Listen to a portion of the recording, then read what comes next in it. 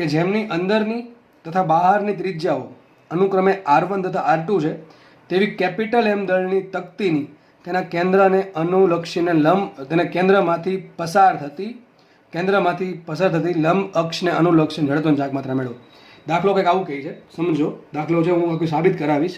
જોકે હું જો ધારું તો તમને ડાયરેક્ટ સૂત્ર આપી શકું છું, પણ આપણે એવું પહેલાંથી કરતા જ નથી, બરાબર છે. એટલા માટે તમને પૂરેપૂરી સાબિતી આપીશ, અને સાબિતીમાં તમને ઘણું બધું શીખવા મળે. એટલે મારો ઇન્ટેન્શન એ જ હોય સાબિતી આપવાનું, બરાબર. ચલો, આવું કંઈક કહે છે. એક તકતી છે, તકતી આ પ્રમાણે છે, તકતી જ બનશે, બરાબર. તકતી છે આ પ્રમાણે. ધારો કે એક તકતી છે, એની ત્રિજ્યા તમારે માની લેવું. હું છે ને ગોળ દોરું ને ગોળ થાય છે એવું તમારે માનવું, ભાઈ, બરાબર.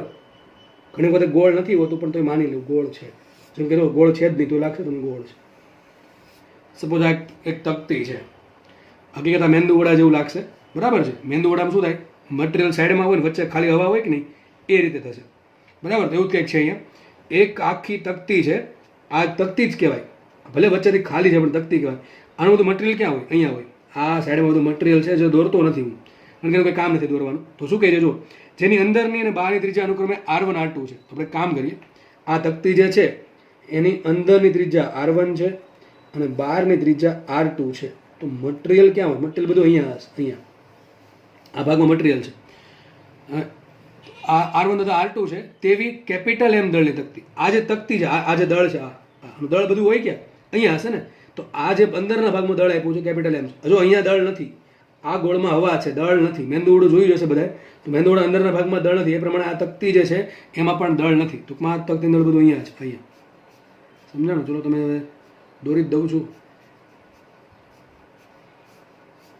આવું છે કે નહીં? તો તમારે હવે શું કરવાનું છે, તો આ જે તકતી બની એના કેન્દ્રમાંથી પસાર થતી લંબ અક્ષને અનુલક્ષીને જતા.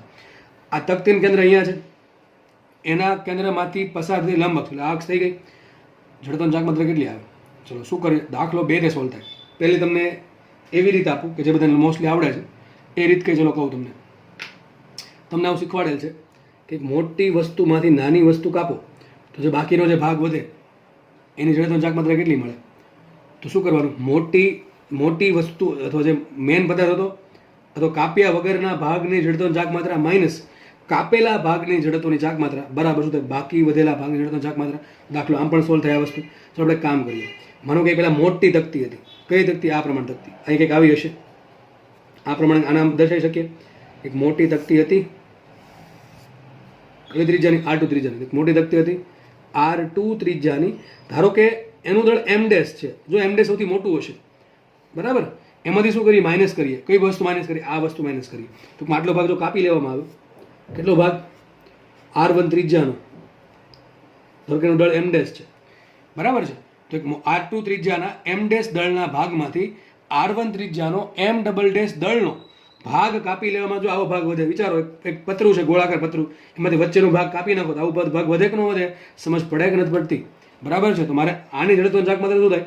આખી તકતીની જડત્વની ચાકમાત્રા R2 ત્રિજ્યાની M દળની આ અક્ષને અનુલક્ષીને માઇનસ આ નાનકડી જે તકતી બની, બરાબર છે, એની જડત્વની ચાકમાત્રા. ચલો આની જતા શું આવશે? તકતીના કેન્દ્રમાંથી પસાર થતી લંબ અક્ષને અનુલક્ષીને જતા શું આવે? હાફ એમ આવશે. એટલે ત્યાં શું આવશે? હાફ એનું દળ કેટલું? M' into R2 square minus અહીંયા શું આવશે? હાફ ઇન્ટુ M' ઇન્ટુ શું આવશે અહીંયા? R1 square. તો તમે આમ પણ લખી શકો કે I બરાબર આટલું મળે. આ જે તકતી છે એના માટે I આટલું મળે, પણ એમાં તમારે M' અને M' શોધવા પડે. M' શું છે?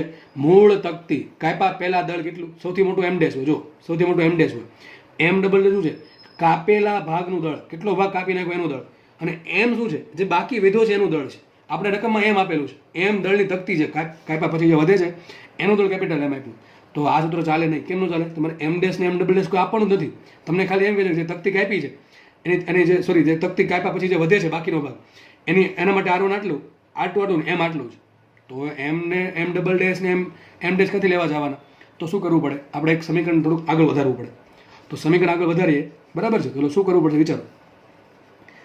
M' અને M' ને શું લેવા દેવા? તકતી શેમાં આવે? 2 ડાયમેન્શનમાં આવે, 3 ડાયમેન્શનમાં આવે? અરે સર 100% શેમાં આવે? 2 ડાયમેન્શનમાં જ આવે. શેમાં આવે? 2 ડાયમેન્શનમાં. તો 2 ડાયમેન્શનમાં દળ કઈ રીતે મળે?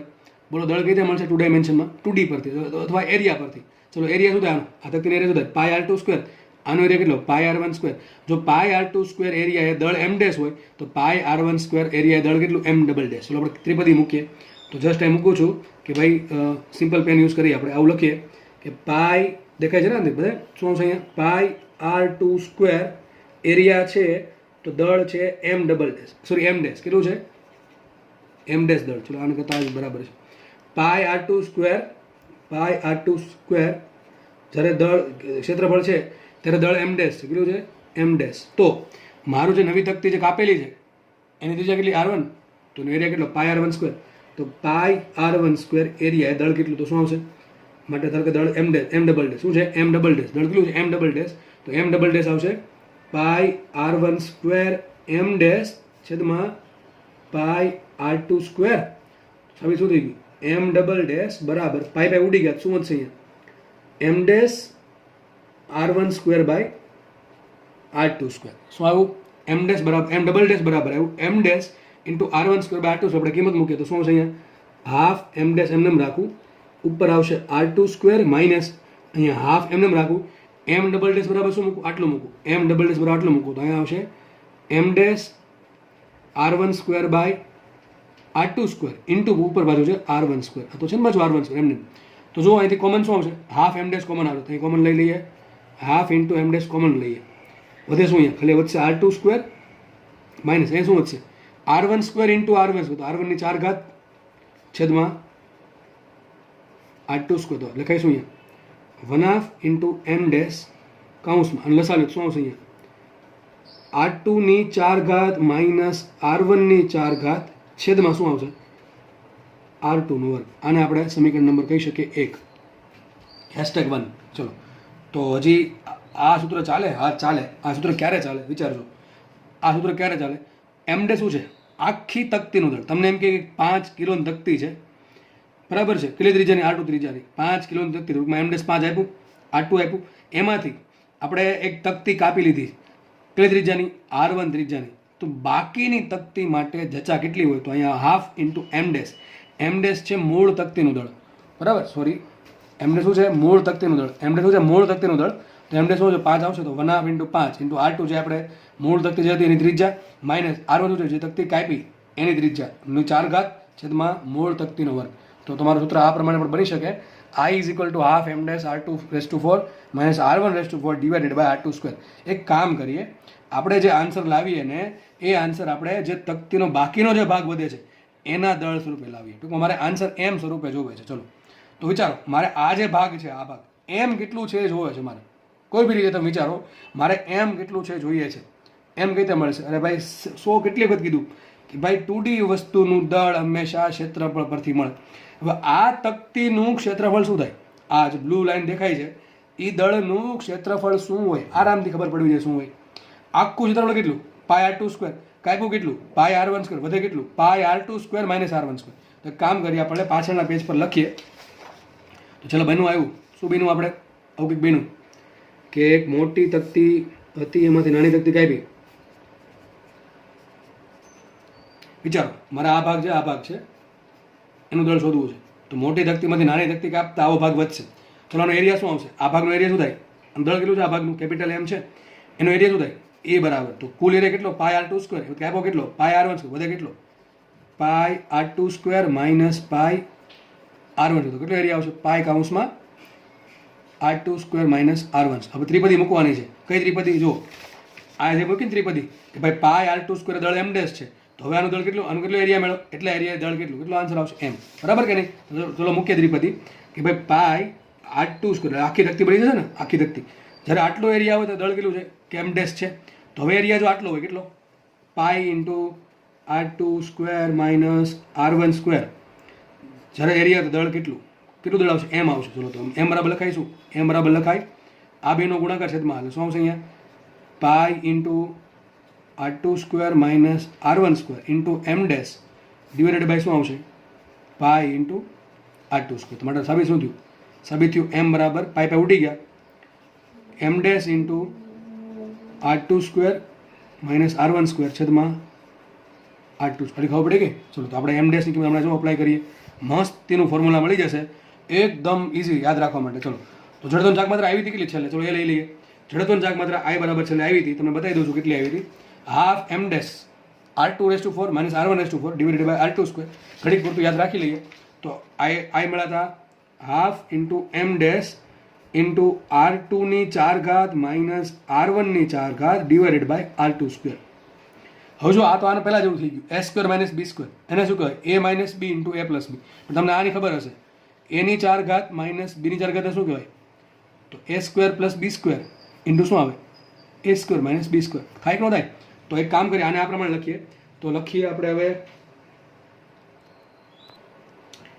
હાફ એમ ડેશ ઇન્ટુ શું છે અહીંયા R2 square plus R1 square into R2 square minus R1 square, બરાબર.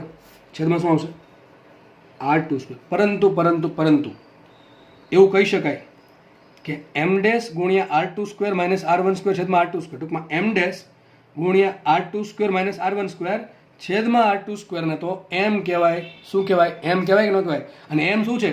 બાકી વધેલી તકતીનું દળ, બાકી જે ભાગ વધ્યો તકતીનો એનું દળ. તો ત્રણેયની જગ્યાએ શું લખી નાખવું? ખાલી સિમ્પલ એમ. તો બહુ મસ્ત સૂત્ર આવી ગયું. I બરાબર half M R1 square plus R2 square. આવી ગયો આન્સર ભાઈ. શું આવી ગયો answer? Half M R1 square plus R2 square. આવો તમારો આન્સર આવ્યો. થોડીક કઠિન તો ગણતરી હતી, બરાબર છે. તો ઘણા બધા સ્ટેપ આમાં આવ્યા, પણ તમારે બધું કાંઈ યાદ રાખવાનું નથી, બરાબર. સિમ્પલ. એ તો તમે આ સૂત્ર ધારો તો યાદ રાખી શકો છો. આ ક્યારે વપરાય? આખી તકતીનું દળ આપેલું હોય તો. અને આ ક્યારે વપરાય? આ ક્યારે વપરાય? બાકી જે ભાગની તકતી વધી એનું દળ આપેલું હોય તો. દાખલામાં તમને શું આપે એ તમારે જોવું પડે. અને જો આ સૂત્ર યાદ ન રાખો આગળનું, તમને માનો કે આ સૂત્ર યાદ છે તો એમમાંથી તમને એમ ડેશમાં જતા આવડવું જોઈએ, આ પ્રમાણે ગણતરી કરીને. તો આગળ સૂત્ર યાદ નહીં રાખો તો ચાલશે. તો આપણે કર્યું શું? તમે આ સૂત્ર યાદ રાખો, એક સ્ટ્રીક આપું તમને. જો એક રીત આપું છું. માનો કે આ પ્રમાણે આપણે જોયું કે આનું દળ કેપિટલ એમ હોય, બરાબર. તો જગ્યા કેટલી આવશે? I બરાબર half M into R1 square plus R2 square. માનો કે કોઈ તકતી કાપીએ જ નહીં, આપણે તકતી કાપીએ જ નહીં તો દળ તો એમ જ રહેવાનું. તો કે દળ એમ રહી છે. અને ત્રીજા R2 સૂત્ર શું આવશે? I બરાબર હાફ એમ આર સ્ક્વેર. ખબર છે ને? Half M R2 square. R1 બરાબર 0 મૂકો. R1 0 એટલે શું થાય? તકતી કાપી જ નથી. જેટલું R1 મોટું હશે એટલે તકતી વધારે કાપશું, મતલબ થયું. તો તકતી કાપીએ હતી R1 કેટલું થાય? 0. તો મૂકો તો R1 0 મૂકો શું છે? હાફ એમ R2 આવી ગયું નહીં બેઠું, બરાબર છે. તો તમે સૂત્ર આ યાદ રાખો હકીકતે. અને આના પરથી યાદ રાખો કે જ્યારે તકતી કાપેલી હોય તો સૂત્ર શું આવશે? Half M R2 square plus R1. ટૂંકમાં પ્લસ R1 સ્ક્વેર કરવાના છે, તમારે યાદ રાખવું પડશે, બરાબર. સૂત્ર આ પ્રમાણે આવે. જો હાફ એમ આર સ્ક્વેર જ આવે છે આમાંથી. આમાં શું આવ્યું? હાફ એમ આર સ્ક્વેર જ આવ્યું. પણ તમારે પ્લસ કંઈક કરવું પડે છે આ સ્ટેપ. અને કેમ કરવું પડે છે એ કંઈ ગોખાયું નથી. હું જો ધાર તો તમને કીધું કહી દે સૂત્ર તમારે ગોખી નાખવાનું, પણ નથી કર્યું એવું તો તમારે એવું નથી કરવાનું. આપણે આખી રીત સમજા પ્રોપરલી કે કઈ રીતે આવું થાય છે, સમજ પડે કે નહીં પડતી. તો એક રીત થઈ ગયા કે જેના પરથી આપણને જે તકતી કાપી છે એનું દળ કેટલું છે મળી જાય છે.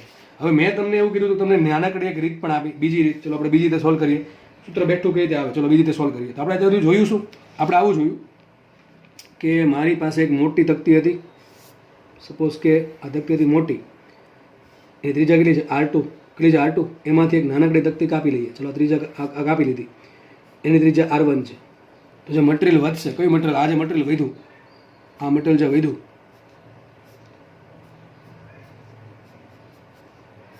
બરાબર છે, એ મટીરિયલનું દળ કેપિટલ એમ હોય તો એની જડત્વની ચાક માત્રા શું આવી? I બરાબર શું આવ્યું? આપણે I બરાબર આવ્યું હાફ એમ આર સ્ક્વેર.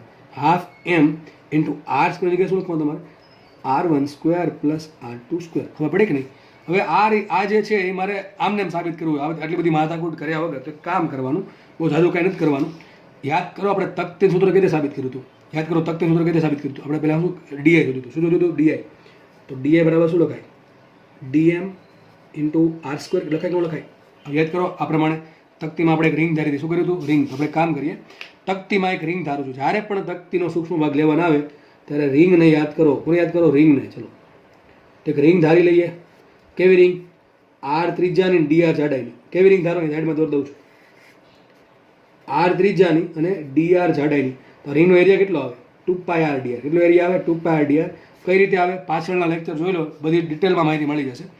તો ચલો આ રિંગનું શું શોધવું પડશે? મારે દળ શોધવું પડશે. દળ કઈ રીતે મળશે? વિચારો. આખી તકતીનું દળ કેટલું? ફરતી એ જ વાત હમણાં કરી તો એ જ વસ્તુ કે આખી તકતીનો એરિયા કેટલો? આ જે તકતી છે, બરાબર, એનો એરિયા કેટલો? આ તકતીની વાત આ તકતીની આ જે કાપેલ છે ને એના આ આપણે રેડ કલર દેખાય છે ને એના એરિયાની વાત થાય છે. તો એનો એરિયા કેટલો છે? પાઈ r² માઇનસ r1². બરાબર કે નહીં? આખા એરિયામાંથી આટલો ભાગ કાપી નાખું તો આટલો એરિયા વધશે. આટલો એરિયા છે ત્યારે દળ કેપિટલ એમ છે. હકીકત દળ કેપિટલ એમ છે કોનું? આખી તકતીનું જે બાકી વધે છે એનું. બાકી વધે છે એનું. તો બાકી વધેલ તકતીનો એરિયા આટલો હોય ત્યારે એનું દળ છે કેપિટલ એમ. તો મારી જે રિંગ ધારી છે એનો એરિયા આટલો કેટલો? 2πr/dr. આટલું જો એનું દળ શું કહે પેલું એનું દળ હોય સોરી ક્ષેત્રફળ એનું દળ કેટલું મળે કે ન મળે? તો શું મળશે તમને? ડીએમ મળે કે ન મળે? ચલો ડીએમ કેટલા આવશે? તો ડીએમ બરાબર લખાય માટે ડીએમ બરાબર આવશે બેનો ગુણાકાર 2πr/dr ઇન્ટુ કેપિટલ એમ છેદમાં શું આવશે? પાઈ કૌંસમાં r² માઇનસ r1. થઈ ગયું. આ કિંમત ક્યાં મૂકશું આપણે? આ કિંમત મૂકશું અહીંયા. તો લખાઈશું માટે ડી આઈ બરાબર શું આવશે? ચલો મુખ્ય કિંમત તો આવશે અહીંયા 2πr/dr ઇન્ટુ કેપિટલ એમ. દેખાય છે ને? 2πr/dr ઇન્ટુ કેપિટલ એમ છેદમાં શું આવશે અહીંયા? પાઈ ઇન્ટુ r² માઇનસ r1. આટલું થઈ ગયું. હવે ડીએમ મળ્યું. ઇન્ટુ શું કરવું પડે? r². ઇન્ટુ કરશું r². તો થોડુંક સ્ટેપ વ્યવસ્થિત લખીએ તો ડીઆઈ બરાબર શું આવશે? ડીએ બરાબર આવશે એક તો પાઈ ઉડી ગયા. આ 2m ના છેદમાં આટલું પદ અચળ છે તો એને લખી નાખીએ 2 કેપિટલ એમ છેદમાં r² માઇનસ r1. આ થઈ ગયું. 2 પાઈ ઉડી ગયા. r ઇન્ટુ r³ થઈ જશે r³ into dr. 2 into r² થશે r. બરાબર. બાકી બધું ઉડી ગયું છે. હવે આનું શું કરીએ? સંકલન કરીએ. તો ચલો i બરાબર શું લખાય? ડાયરેક્ટ સંકલન કરી દઉં છું. તો આ પદ કેવું છે? અચળ છે. 2m r² માઇનસ r1² આખું અચળ છે. તો આવશે આગળ 2 કેપિટલ એમ છેદમાં r² માઇનસ r1² અચળ થઈ ગયું. તો વધ્યું શું અહીંયા? r³ dr. શું વધ્યું? ખાલી r³ dr. આપણે લિમિટ મૂકી પડે કોની? r ની. આ શું છે? તમે ધારેલી રિંગની ત્રિજ્યા. તમે રિંગ ક્યાંથી ધારી શકો? આ પ્રમાણેની તકતી હોય તો રિંગ ક્યાંથી ધારી શકો? અહીંથી લઈને અહીંયા સુધી. વચ્ચે રિંગ ન ધરાય, વચ્ચે હવા છે. તો રિંગ ઓછામાં ઓછી ક્યાંથી ધારી શકો તમે? ઓછામાં ઓછી અહીંયાથી લઈને અહીંયા સુધી. તો r ની લિમિટ શું આવે? r1 થી r2. શું લિમિટ આવશે અહીંયા? લિમિટ આવશે અહીંયા મૂકી દઉં અહીંયા r1 થી r2. ચલો લિમિટ આવી આવશે. હવે r³ નું સંકલન શું થાય?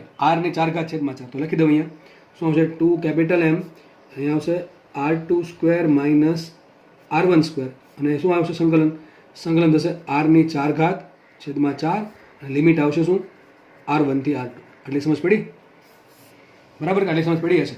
હવે એક કામ કરે 4 આગળ લઈ લો તો ઉપર 2 છે નીચે 4 છે તો શું વધે? m/2. શું થઈ જશે? m/2. તો આવશે m/2 કૌંસમાં માટે લખાય i બરાબર 1/2 ઇન્ટુ m છેદમાં શું છે? r² minus r1. આટલું છે ને ઇન્ટુ શું આવશે? અહીં શું બધું ખાલી r ની 4 તો શું પેલા આવશે? r2 ની 4 માઇનસ r1 ની 4. હવે તમને ખબર છે r2 ની 4 માઇનસ r1 ની 4 શું લખાય? r2 નો વર્ગ પ્લસ r1 નો વર્ગ ઇન્ટુ r2 નો સ્ક્વેર માઇનસ r2 નો સ્ક્વેર. નીચે જો સેમ પદ છે કયું? r2 નો સ્ક્વેર માઇનસ r1 નો સ્ક્વેર ઉડી જશે. વધે શું ખાલી ઉપર?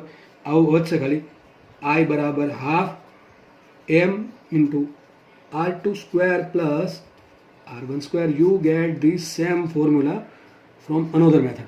અલગ રીતે સેમ આન્સર આવ્યો. અરે ભાઈ સેમ આન્સર જ આવે. રીત સાચી હોય એટલે કોઈ દી ખોટા આન્સર આવે નહીં. તો હવે તમને 2 રીતે મેં સાબિત કરી દીધું છે. હવે તમારી રિસ્પોન્સિબિલિટી એ બને કે આપણે એને ગમે એમ કરીને યાદ રાખવાનું છે. હજી કહું છું એમ શું છે? What is am? એમ છે બાકી વધેલા ભાગનું દળ. શું છે એમ? બાકી વધેલા ભાગનું દળ છે. બરાબર છે? તો દાખલો એ સોલ્વ થાય છે. શું આવ્યું? શું ક્વેશ્ચન છે કે જેની અંદરની તથા બહારની ત્રિજ્યા r1 અને r2 છે અને જેનું દળ m દળ છે. ટૂંકમાં m દળ કોનું છે? આ જે બાકીનો જે ભાગ લીધો એનું m દળની તકતીની તેના કેન્દ્રને અનુલક્ષીને ત્રિજ્યા કેટલી હોય? તો શું આન્સર છે? હાફ m કૌંસમાં r2² પ્લસ r1². આના પરથી થોડોક આગળ લઈ જાઓ. તમને વિચારો પ્રમેય નંબર 4. આ સૂત્ર કામ આવશે ભાઈ. જે કહું છું કોના માટે કહું છું? જો આપણી પાસે શું તકતી છે? પોલી તકતી. પોલી તકતી અથવા આને એક જેટલી આમ કહેવાય વલયાકાર તકતી. શું કહેવાય આને? વલય આકાર તકતી. બરાબર છે? હવે માનો કે વલયાકાર તકતી છે એની પાછળ બીજી તકતી મૂકી, ત્રીજી તકતી મૂકી, ચોથી તકતી મૂકી. શું બની જશે? એક નળાકાર બનશે. કેવો નળાકાર બનશે? કે જે અંદરથી પેલો પાઇપ આવે કે નહીં, પાઇપ જેવો. પાઇપ આ ટાઈપ જ હોય ને ભાઈ. આ શું બની ગઈ? પાઇપની જાડાઈ. આ પાઇપની જાડાઈ થઈ ગઈ. માનો કે તમને આ અક્ષને અનુલક્ષીના જે નળાકાર બનો એની જચા શોધવાની શું આન્સર આવશે? બેઠો આન્સર આવે. કઈ આવશે? પ્રમેય નંબર 4. કઈ રીતે પ્રમેય નંબર 4? એક તકતીની પાછળ બીજી તકતી મૂકો. આ પ્રમાણે કેવી આવી બરાબર? આવી પેલી હોલવાળી બીજી તકતી મૂકી, ત્રીજી મૂકી, ચોથી મૂકી, પાંચમી મૂકી. શું બનશે? એક નળાકાર બની જશે. તમને ખબર છે પ્રમેય નંબર 4 શું કહે? જ્યારે કોઈ એક વસ્તુ બરાબર છે એની જે દિશામાં તમારે જજા શોધવી છે એ જ દિશામાં જો લંબાઈ વધારવામાં આવે અને દળ જો અચળ રહેતું હોય તો જડત્વંચાક માત્રા કેવી રીતે અચળ રહે. તમે યાદ રાખો, તમારે આવું લખવાનું છે. એક તો સેન્ટેન્સ આ બની ગયું. તમારે આ સેન્ટેન્સ ચોપડામાં વ્યવસ્થિત લખવું કે R1 અને R2 જેટલી અંદરની અને બહારની ત્રિજ્યાઓ ધરાવતી એમ દળની તક્તીની તેના કેન્દ્રને લંબ અથવા કેન્દ્રમાંથી પસાર થતી લંબ અક્ષને અનુલક્ષીને શું આવશે? હાફ એમ કાઉન્સમાં R1 square plus R2 square. એક તો આ લખવાનું છે. પછી આવું લખવાનું છે, ફરીથી બોલું છું, આવું લખવાનું છે કે જેની અંદરની અને બહારની ત્રિજ્યાઓ અનુક્રમે R1 તથા R2 છે અને L લંબાઈના પોલા નળાકારનું દળ કેપિટલ M હોય તો પોલા નળાકારની લંબાઈને અથવા તેની ભૌમિતિક અક્ષને અનુલક્ષી જજા કેટલી હશે? કેટલી આવશે? હાફ એમ કાઉન્સમાં R2 square plus R1 square. સૂત્ર આપણા MP છે G 2019માં દાખલો આમાંથી પૂછાણેલો. બરાબર? તો તમે જો વલય આકાર તકતીનું સૂત્ર યાદ હોય, વલય આકાર તકતી કોને કહેવાય? અમુક ભાગ કાપેલો હોય તકતી. તો વલય આકાર તકતીનું સૂત્ર યાદ હોય, એ જ સૂત્ર તમને કોનું લાગુ પડશે? એ બેઠું સૂત્ર તમને નળાકાર માટે લાગુ પાડી શકશો. કેવો નળાકાર? આ સેન્ટેન્સ બેઠો. ફરીથી કેવી રીતે લખવાનું છે નળાકારનું સૂત્ર? આ તો ચલો તમને લખી દીધું તકતી માટે. નળાકાર માટે કેમ લખવાનું? તો આ પ્રમાણે લખવાનું કે જેની અંદરની અને બહારની ત્રિજ્યા અનુક્રમે R1 R2 છે તથા જેનું દળ કેપિટલ M છે તથા જેની લંબાઈ L છે એવા પોલા નળાકારની ભૌમિતિક અક્ષને અનુલક્ષીને જડત્વંચાક માત્ર શું આવશે? બેઠું 1/2 M R2 square plus R1 square. પ્રમેય નંબર 4 પરથી તમને કુલ 2 સૂત્ર આપ્યા છે. 2 અલગ અલગ રીતે સાબિત કર્યા છે. 2 રીત ઇઝી છે, બહુ કંઈ જાજુ છે નહીં. આ થોડુંક મેથેમેટિક્સ ઇન્વોલ્વ થાય છે પણ બહુ કાંઈ એવું નહીં કે હાયર લેવલનું મેથેમેટિક્સ આવે છે, કોલેજ લેવલનું એવું પણ નથી. તો દાખલો એ સોલ્વ થાય છે. આપણે એક્ઝેક્ટલી દાખલો હતો એ જે આપણે સોલ્વ કર્યો. જો મારી ચાહ હતું તો તમને ડાયરેક્ટ સૂત્ર આપી દે, પણ નથી કર્યું મેં. એવું તમને સાબિત કર્યો 2 અલગ અલગ રીતે. બરાબર? તો આપણી પણ રિસ્પોન્સિબિલિટી બને કે આપણે થોડુંક વ્યવસ્થિત રીતે યાદ રાખીએ. દાખલો ઓલરેડી પૂછાય જ છે. તમને ખાલી આવું આપી દેશે, ત્રિજ્યા 10 સેન્ટીમીટર છે અંદરની, બહારની 20 સેન્ટીમીટર છે અને દળ 10 કિલો છે. જજા કેટલી? ડાયરેક્ટલી સૂત્ર મૂકી દેવામાં આન્સર આવી જશે. દાખલામાં પૂછાય જ. નેક્સ્ટ લેક્ચરમાં આપણે દાખલાની પ્રેક્ટિસ કરીશું. આવા દાખલાની, આ ટાઈપના દાખલાની પ્રેક્ટિસ આરંભ કરીશું. તો ત્યાં સુધી લેક્ચર જોવા બદલ બધાને ખૂબ ખૂબ આભાર. અને જો લેક્ચર સારો લાગ્યો હોય તો જરૂરથી એને લાઇક કરવો, તમારા મિત્રો જોડે શેર કરવો અને ચેનલને જરૂરથી સબસ્ક્રાઈબ કરવી. ત્યાં સુધી જે પણ ભણાવ્યું છે એની મહેનત કરતા રહો. બરાબર છે? પરિવારને ગમે એવા કામ કરવા, તમારા ફેમિલીને ગમે એવા કામ કરવા. બરાબર છે? તો નેક્સ્ટ લેક્ચરમાં ફરી વખત મુલાકાત થશે. ત્યાં સુધી બધાને ધન્યવાદ. જય હિન્દ.